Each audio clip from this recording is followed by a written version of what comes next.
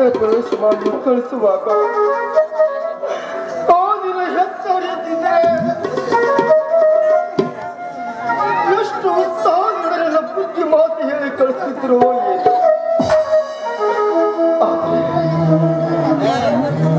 ಏನು. ಹೆತ್ತವರಿಲ್ಲದ ಕರಳಿನ ಕುಡಿಯಮ್ಮ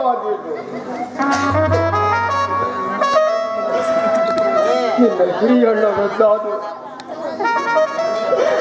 ನಿನ್ನ ಹಿರಿಯಣ್ಣದ ನಾನು ನನ್ನ ಬುದ್ಧಿಗೆ ತಿಳಿದಷ್ಟು ನಾನು ಮಾತು ಹೇಳುತ್ತೇನೆ.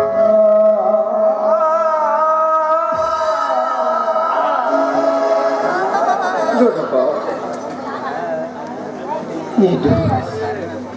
ನೀನು ಈ ಹುಟ್ಟಿದ ಮನೆ ಬಿಟ್ಟು ಕೊಟ್ಟ ಮನೆಗೆ ಹೋಗಿನ ಗಂಡನ ಮನೆಯಲ್ಲಿ ನಿನಗೆ ಎಷ್ಟೇ ಕಷ್ಟ ಕೊಟ್ಟರು, ನಿನಗೆ ಎಷ್ಟೇ ಕಷ್ಟ ಬಂದರು ತಾಳಿ ನಡಿಬೇಕಪ್ಪ.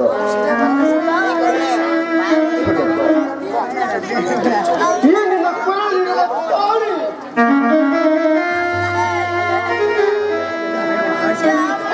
ದೇವಿಯರ ವಿಶೇಷ ರೂಪವನ್ನು ಧರಿಸಿದ್ದಾರೆ. ಗಂಡನ ಬಗ್ಗೆ ಎಷ್ಟೇ ಕಷ್ಟ ಕೊಟ್ಟರು, ಕಷ್ಟ ಬಂದರು, ತನ್ನ ಪತಿಯ ಮನೆಯಲ್ಲಿ ನಿನ್ನ ಪತಿಯೇ ಪರಮೇಶ್ವರನೆಂದು ತಿಳಿಯಬೇಕು. ನಿನ್ನ ಅತ್ತಿ ಮಾವಂದಿರಿಗೆ ನಿನ್ನ ತಂದೆ ತಾಯಿಯನ್ನು ತಿಳಿಯಬೇಕು. ನಿನ್ನ ಭಾವ ಮೈದಂದರಿಗೆ ಈ ಅಣ್ಣ ತಮ್ಮರನ್ನು ತಿಳಿಯಬೇಕು.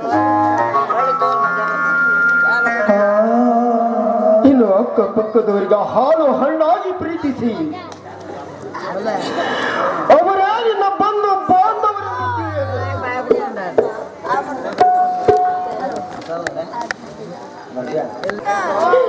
ಕೊಟ್ಟ ಮನೆಗೂ ಹೋಗಿ ಬೆಟ್ಟಿದ ಮನೆಗೂ ಯಾವುದೇ ಕಳಂಕ ಬಾರದಂತೆ ನೋಡ್ಕೊಳ್ತೀನಿ. ಅಷ್ಟೇ ಅಲ್ಲಣ್ಣ, ಒಬ್ಬ ಆದರ್ಶ ಸತಿಯಾಗಿ ಬಾಳೆ ಬದುಕಿ ತೋರಿಸ್ತೀನಿ ಅಣ್ಣ, ಹಾಗೆ ತೋರಿಸ್ತೀನಿ ಅಣ್ಣ. ಇಷ್ಟೊಂದು ಬುದ್ಧಿ ಮಾತನ್ನು ನೀ ನನಗೆ ಹೇಳ್ತಾ ಇದೆಯಲ್ಲ, ಒಂದು ವೇಳೆ ನನಗೆ ಹೆತ್ತ ತಂದೆ ತಾಯಿದ್ರೆ ಅದೆಷ್ಟು ಹರ್ಷ ಪಡ್ತಿದ್ರು ಏನೋ. ಅದು ಅವರವರ ಅದೃಷ್ಟ ಫಲ. ಯೋಗಿ ಪಡೆದುದು ಯೋಗಿಗೆ, ಜೋಗಿ ಪಡೆದುದು ಜೋಗಿಗೆ ಎಂಬಂತೆ ಇದುವೇ ಮಾನವ ಕುಲದ ನೀತಿಯ ರೀತಿಯ ನಡವಳಿಕೆಯ ಮಾತ್ರ. ರಾಮು, ಜಗದ ಸೃಷ್ಟಿಕರ್ತನ ಬಗ್ಗೆ ಬಹಳ ಮಾರ್ಮಿಕವಾಗಿ ಮಾತನಾಡ್ತೀಯ. ನಿನ್ನ ಮಾತು ಕೇಳುತ್ತಾ ನಿಂತರೆ ನನ್ನ ದೇವನೇ ರೋಮಾಂಚನಕಾರಿ ಆಗುತ್ತದೆ. ಈ ಸವಿತ ನಿನ್ನ ಮಾತಿನ ಅರ್ಥ ತಿಳಿದುಕೊಂಡು ಬಾಳಿದಂದರೆ ಗರ್ಧರು ಸಾಲಿನಲ್ಲಿ ಸೇರುವುದು ಖಂಡಿತ. ಮಾವನವರೇ, ನನ್ನ ಅಕ್ಕ ಬಡತನದ ಸುಗುಸಾಗಿ ನಿಮ್ಮ ಸೇರಿತನ ಅರಮನೆ ಸ್ವಚ್ಛಾಗಿ ಹೊರಟಿದ್ದಾಳೆ. ಭಾವನದಲ್ಲೂ ನನ್ನ ಅಕ್ಕನ ನಡೆ ನನ್ನಕ್ಕೆ ಎದುರು ತೊಂದರೆ ಬಂದರೆ ಸುಧಾರಿಸಿಕೊಂಡು ಹೋಗುವುದು ದೊಡ್ಡ ಒಳ್ಳೆ ನಿಮಗೆ. ರಾಜು, ನಿನ್ನ ಅಕ್ಕನ ನೋಡಿಕೊಂಡು ಹೋಗುವ ದೊಡ್ಡ ಹೊಣೆಯನ್ನು ನನ್ನ ಮೇಲೆ ಹಾಕುವಿಲ್ಲ. ಆದ್ರೆ ಇಷ್ಟು ಮಾತ್ರ ಸತ್ಯ, ನಮ್ಮ ಬಂಧು ಬಾಂಧವರಿಂದ ಯಾವ ತೊಂದರೆ ತೊಡಕು ಬಾರದಂತೆ ನೋಡ್ಕೊಂಡು ಹೋಗೋ ಜವಾಬ್ದಾರಿ ನಂದು ರಾಜು, ನಂದು. ನನ್ನ ತಂಗಿಯ ಬಾಳಿನಲ್ಲಿ ಶ್ರೀರಾಮನಂತ ಭಾವ ಸಿಕ್ಕಿದ್ದು ನನ್ನ ಪುಣ್ಯದ ಫಲವೇ ಸರಿ. ಇಂದು ನೀನು ಈ ತವರ ಮನೆ ಬಿಟ್ಟು ನಿನ್ನ ಪತಿಯ ಮನೆಗೆ ಹೋಗುವ ದಿನಗೆ ಸ್ವಾತಿವತಿಯ ಹಿತ ನುಡಿಯ ಬುದ್ಧಿಯನ್ನು ನಿನ್ನ ಮಸ್ತಕದಲ್ಲಿ ಕಟ್ಟಿ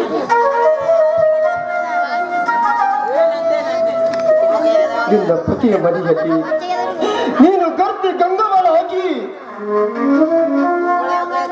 ಶಿವದೊಡನೆ ಆ ಬುದ್ಧಿಯನ್ನು ಬಿಚ್ಚಿ ಊಟ ಮಾಡುವುದು ನಿನಗೆ ಬಿಟ್ಟಿದ್ದು. ಇದು ಅಗ್ನಿ ಸಾಕ್ಷಾಗಿ ಸಪ್ತಪದಿ ತುಳಿದ ಸ್ತ್ರೀ ಕುಲದ ಧರ್ಮದ ದಾರಿಯಲ್ಲಿ ಪಯಣ ಮಾಡಿದ ಸತಿ ಸಾವಿತ್ರಿ ಸೀತಾದೇವಿ ಮಹಾಸತಿ ಅನುಸೂಯ ಇವರಂತೆ ನೀನಾಗಿ ನಿನ್ನ ಪತಿಯ ಮನೆಗೆ ಬೆಳಗುವ ಜ್ಯೋತಿ ನೀನಾಗಬೇಕಮ್ಮ. ನಿನ್ನ ಸೀಲ್ ಎಂಬ ಅಂತರಂಗಕ್ಕೆ ಕೆಲವು ಕಾಮಂದಗಳು ತಮ್ಮ ಪ್ರತಿಬಿಂಬ ನೋಡಲು ಬರ್ತಾರೆ. ಅಂತವರಿಗೆ ಸಿಂಹ ಸಪ್ರನಾಗಿ ಸಾತ್ವಿ ಶಿರೋಮಣಿಯಂತೆ ಬಾಳಿ ಸಾಗಿಸಬೇಕು.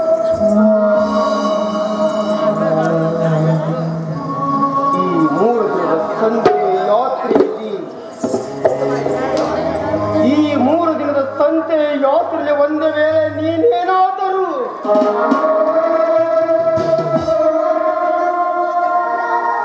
ಅಂದೇ ನಿನ್ನ ಪಾಲಿಗೆ ಈ ಅಣ್ಣ ಸತ್ತ ಎಂದು ತಿಳಿದು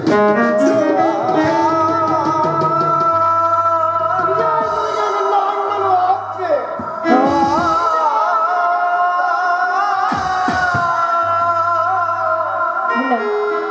ನಿನ್ನ ಮಾತಿನಂತೆ ಕಾಯ ವಾಚ ಮನಸ ಈ ತ್ರಿಕರಣಗಳನ್ನು ನನ್ನ ಮನಸ್ಸಿನಲ್ಲಿ ಭದ್ರವಾಗಿ ಇಟ್ಕೊಳ್ತೀನಿ. ಪತಿಯೇ ಪರಮಾತ್ಮ ಅಂತ ತಿಳ್ಕೊಂಡು ಜೀವನ ಮಾಡ್ತೀನಿ. ಅಣ್ಣ, ಒಂದ್ ಮಾತು, ತಾಯಿ ಪ್ರೀತಿ ಕಾಣದ ನನ್ನನ್ನು ತುಂಬಾ ಪ್ರೀತಿಯಿಂದ ನೋಡ್ಕೊಂಡಿದ್ದೀಯ. ನಿಮ್ಮನ್ನು ಬಿಟ್ಟು ಹೋಗೋದಕ್ಕೆ ನನಗೆ ಆಗ್ತಾ ಇಲ್ಲ. ನಾನು ನಿನ್ನ ಬಿಟ್ಟು ಹೋಗುದಿಲ್ಲ. ಹೀಗೆಲ್ಲ ಮಾತಾಡ್ಬಾರ್ದು ನೋಡಪ್ಪ. ಹೆಣ್ಣಾಗಿ ಹುಟ್ಟಿದ ಮೇಲೆ ಕೊಟ್ಟ ಹೆಣ್ಣು ಕುಲಕ್ಕೆ ಹೊರಗೆ ಎಂಬಂತೆ ಹೆಣ್ಣು ಕೊಟ್ಟ ಮೇಲೆ ಬೆನ್ನ ಕೊಡ್ಲೇಬೇಕಪ್ಪ. ತಿಳುವಳಿಕೆ ಆದರೂ ನಿನಗೆ ಹೇಳುವುದಲ್ಲಿ ಅರ್ಥವಿಲ್ಲ. ಈ ಬಡವನ ಮನೆಯಿಂದ ಶ್ರೀಮಂತರ ಮನೆಗೆ ಸ್ವಚ್ಛವಾಗಿ ಹೋಗುವ ನೀನು